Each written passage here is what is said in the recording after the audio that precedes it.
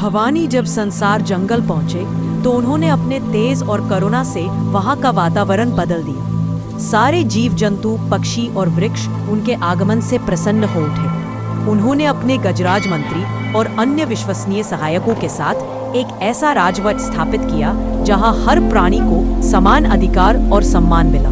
धीरे धीरे जंगल में भय और दुख समाप्त हो गया। सभी शांति और समृद्धि से रहने लगे। भवानी का शासन इतना न्यायपूर्ण था कि कोई भी जीव अपने मन की पीड़ा दबाकर नहीं रखता था। वे खुले हृदय से अपने राजा के पास आकर अपनी समस्या कहते और न्याय पाते। इसी क्रम में एक दिन सैकड़ों हिरणों का समूह भवानी के दरबार में पहुंचा। उनके नेत्रों में व्याकुलता और मन में चिंता थी। हिरणों ने कहा, हे दिव्य भवानी, हम पर एक गहरी समस्या आ पड़ी है।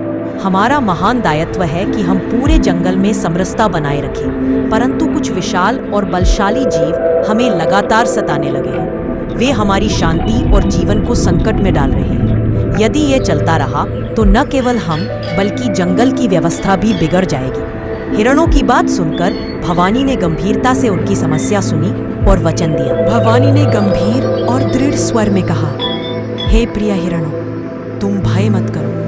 तुम्हारा दुख मेरा दुख है और इस संसार जंगल में अन्याय को अब और सहन नहीं किया जाएगा। मैं तुम्हें पवित्र वचन देता हूँ कि कुछ ही दिनों में वे अत्याचारी और भयानक जीव जंतु जो तुम्हें सताते हैं समाप्त कर दिए जाएंगे। चाहे वे विशालकाय पशु हों अथवा डायनासोर जैसे प्राचीन और विकराल राक्षसी जीव, मैं स्वयं उनका वध करूंगा। मेरा संकल्प है कि इस जंगल में फिर से शांति, प्रेम और सुख लौटेगा।